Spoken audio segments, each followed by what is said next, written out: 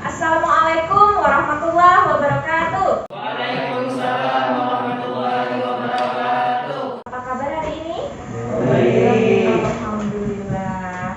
Hari ini kelihatan cantik dan tampan kalian. Alhamdulillah. Oke, sebelum kita melanjutkan pembelajaran hari ini, kita berdoa dulu. Semoga dengan berdoa pembelajaran kita hari ini diberkahi oleh Allah Subhanahu wa taala. Nah, kali ini Ibu masih minta kepada ketua kelas Sani untuk memimpin doa. Silakan kepada Sani memimpin doa hari ini. Sebelum memulai pelajaran pada hari ini, marilah kita berdoa bersama-sama. Berdoa dimulai. Bismillahirrahmanirrahim. Raditu billahi rabban wa bil islami dinan. Walhamdulillahi rabbil alamin. Terima kasih. Ibu mau cek daftar hadir dulu. Aida Putriani, Hidayatullah. Sebelum kita lanjutkan, silahkan cek samping kanan dan kiri kalian apakah ada sampah. Jika ada sampah, silahkan masukkan ke tempat pembuangan sampah. Oke, terima kasih karena kalian sudah membuang sampah pada tempatnya. Ini adalah salah satu cara kita untuk menjaga kebersihan.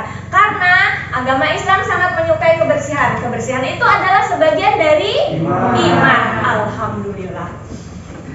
Ingat gak hari ini tanggal berapa? 10 November. Berarti hari ini ada yang ingat gak hari ini momen apa?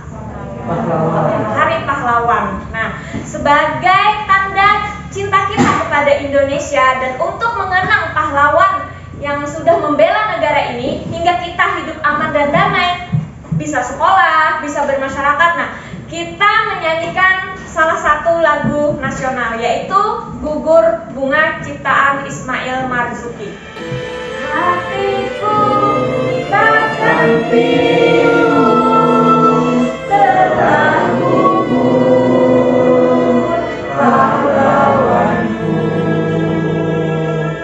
sampai ditinggal sendiri. Siapakah kini pahlawan hati, pembela bangsa sejati?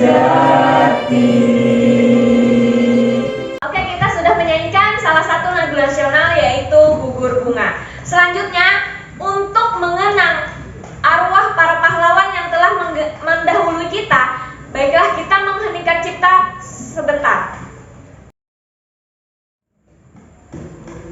Selesai. Hari ini kita masih membahas tentang jinayat, yaitu pembunuhan dan penganiayaan.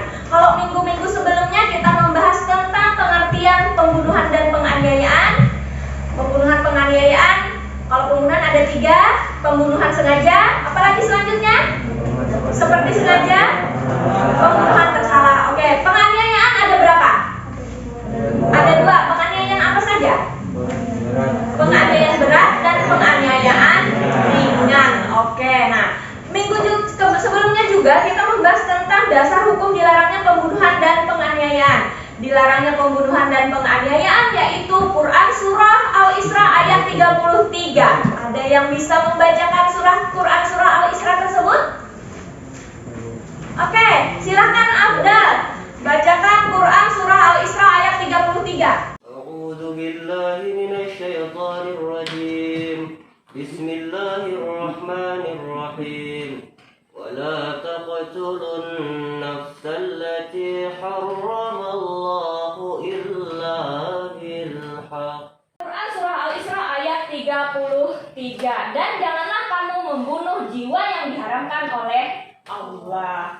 Nah, pembelajaran kita hari ini masih tentang pembunuhan dan penganiayaan. Tapi hari ini yang kita bahas adalah tentang qisas, diyat, dan kifarat.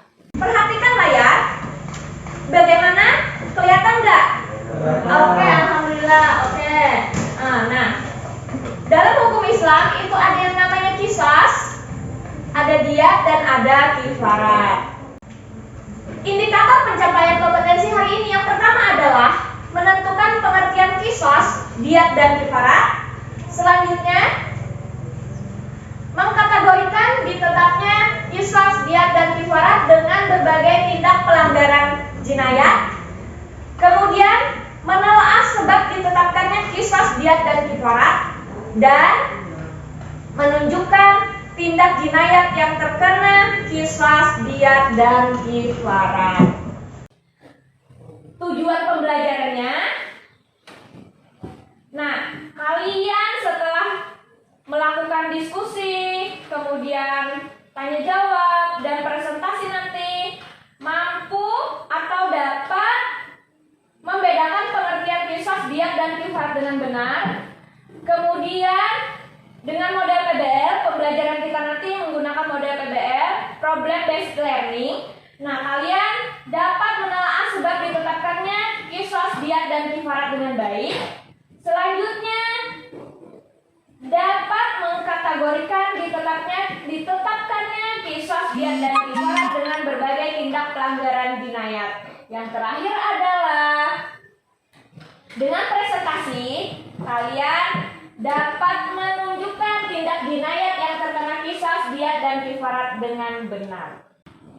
Apa pentingnya pembelajaran kita hari ini?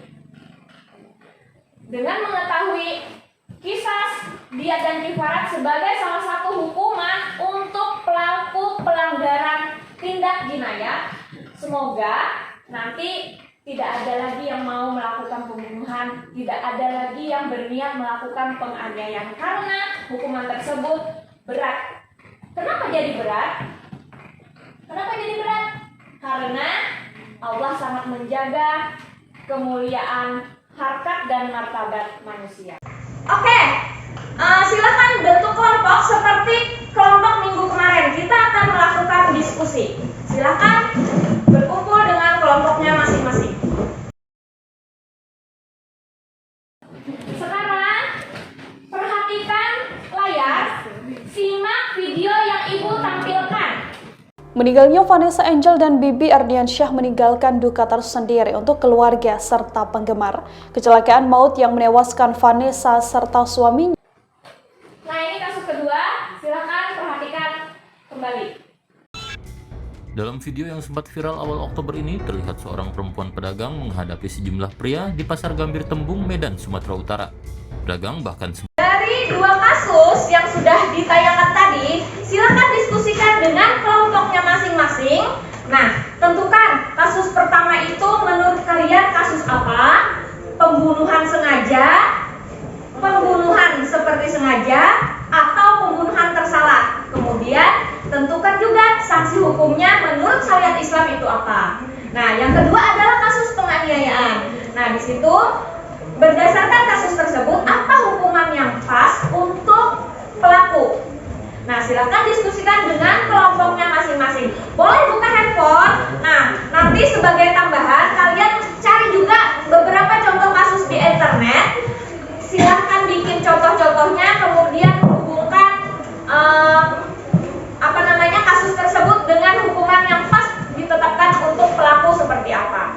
Baiklah, sekarang Ibu akan membagikan lembar kerja peserta didik atau LKPD. Itu tadi kan ada kasus tuh, kasus Vanessa Angel nih. Nah, menurut kalian itu hukumannya apa tuh untuk si sopir? Sengaja karena kelalaian, tapi kan di jalan tol itu tidak boleh melewati batas kecepatan yang sudah ditetapkan. Menurut kalian itu hukumannya apa? Jenis kasusnya apa? Sengaja, seperti sengaja atau tersalah? Tersalah. Menurut kalian itu karena kelalaian? Oke, karena kelalaian. Kalau karena kelalaian hukumannya apa?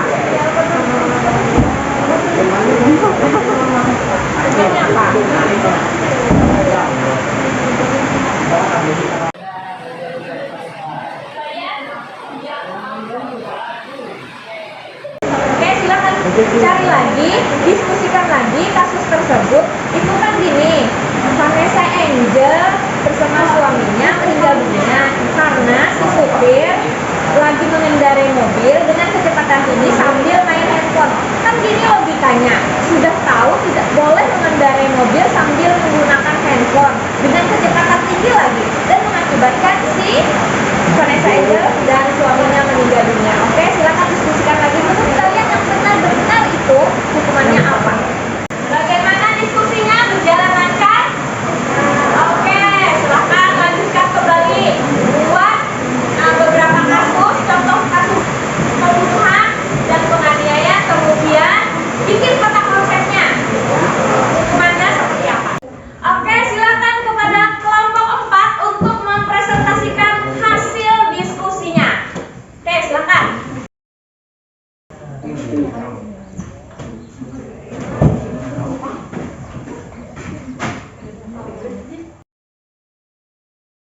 Inilah teman-teman peta konsep yang telah kami buat. Oke, kasih aplaus untuk kelompok 4 yang telah membuat peta konsep. Oke, silakan duduk kembali. Oke, baiklah, sekarang setelah kalian berdiskusi dengan sesama kelompok kalian, nah buatlah kesimpulan hasil dari yang kalian diskusikan tersebut. Assalamualaikum warahmatullahi wabarakatuh. Waalaikumsalam warahmatullahi wabarakatuh. Hasil kesimpulan dari diskusi kami yaitu menurut pendapat kami, kasus pertama termasuk pembunuhan sengaja. Karena si supir mengetahui bahwa berkendara sambil bermain handphone dapat mengakibatkan kecelakaan dan mengendarai mobil di atas kecepatan rata-rata jalan tol. Hukumannya, kalau menurut hukum Islam adalah qisas. Jika dimaafkan, maka hukumannya membayar diat mughallazah dan menunaikan kafarah. Oke, nah menurut kelompok ini kasus pertama tadi adalah pembunuhan sengaja. Oke, ada yang mau menambahkan? Assalamualaikum warahmatullahi wabarakatuh. Waalaikumsalam warahmatullahi wabarakatuh. Saya menambahkan apa yang disampaikan oleh kelompok 2. Kasus penganiayaan preman pasar terhadap pedagang sayur. Jika penganiayaannya mengakibatkan luka berat ataupun ringan, maka hukumannya adalah qisas. Jika dimaafkan, hukumannya adalah diat. Oke, menurut kelompok ini, kasus penganiayaan oleh preman terhadap pedagang sayur, jika penganiayaan tersebut mengakibatkan luka berat atau ringan, maka adalah qisas. Jika dimaafkan, maka membayar diat. Oke, terima kasih.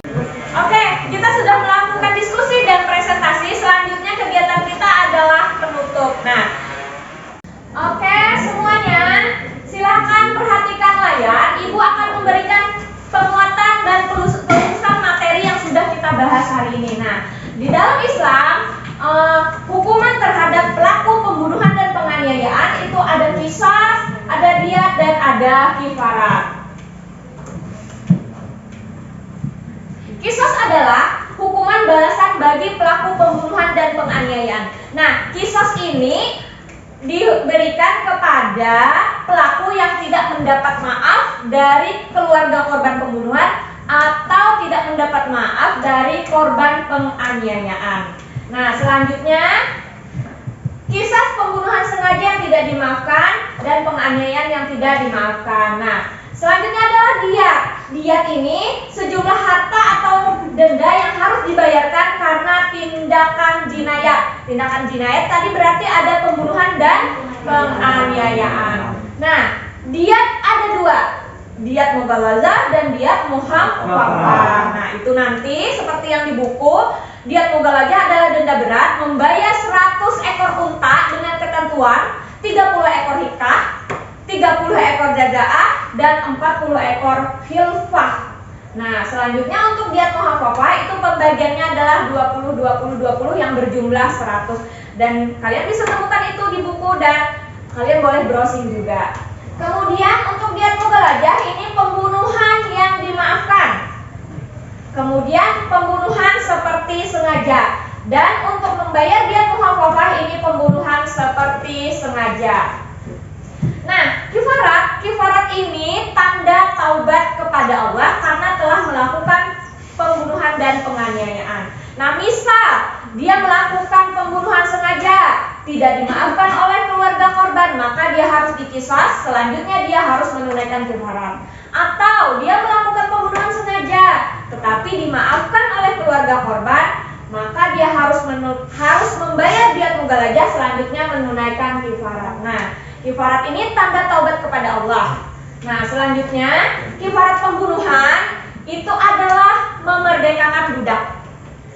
Nah, memerdekakan budak muslim. Kalau sekarang memang susah kita menemukan, perbudakan sudah dihapuskan, tapi masih ada di beberapa negara. Nah, selanjutnya yang kedua adalah jika tidak mampu melakukan hal yang pertama, yang kedua adalah berpuasa 2 bulan berturut-turut. Artinya tidak boleh begini, hari ini puasa, besok enggak, besoknya puasa lagi, yang penting jumlahnya katanya 60 hari. Tidak bisa seperti itu. Puasa 2 bulan berturut-turut berarti dia berturut-turut. Kalaunya dia tidak berpuasa 1 hari, berarti dihitung lagi. Ibu, kenapa hukumannya berat seperti ini? Kenapa? Agar manusia terjaga aman, damai, dan tidak melakukan tindak kejahatan. Nah, sampai di sini ada yang ditanyakan tentang hal ini? Silahkan berikan komentar, boleh lisan, boleh tertulis tentang pembelajaran hari ini. Misalnya, manfaat apa yang kalian peroleh dari mempelajari materi qisas, diat, dan kifarat hari ini. Kemudian boleh memberikan saran atau kritik tentang pembelajaran hari ini. Oke, silahkan kerjakan, tulis saja di buku komentarnya. Selanjutnya adalah ambil handphonenya. Kita mengerjakan soal melalui link Google Form. Silahkan masuk ke dalam link Google Form yang sudah ibu bagi di grup. Kerjakan mulai sekarang. 1 kali kesempatan saja. Oke, silakan. Nah, untuk pembelajaran hari ini tentang qisas, diat, dan kifarat, materinya habis sampai di sini. Nah, untuk pertemuan selanjutnya kita membahas tentang hudud. Nah, kalau di dalam fikih Islam itu ada namanya tindak kejahatan, pembunuhan, dan penganiayaan, dibahas di dalam bab jinayat. Nah, kalau hudud membahas tentang zina, qazaf, mencuri, merampok, dan meminum khamar. Di situ nanti dibahas. Baiklah, pembelajaran hari ini kita cukupkan sampai di sini. Untuk mengakhiri pembelajaran hari ini, silahkan kepada Sani untuk memimpin doa. Sebelum menutup pembelajaran pada hari ini, marilah kita mengucapkan hamdalah. Alhamdulillahirabbil alamin. Kemudian marilah kita berdoa bersama-sama. Berdoa dimulai. Bismillahirrahmanirrahim. Allahumma arinal haqqa haqqan warzuqna ittiba'ah. Alhamdulillah.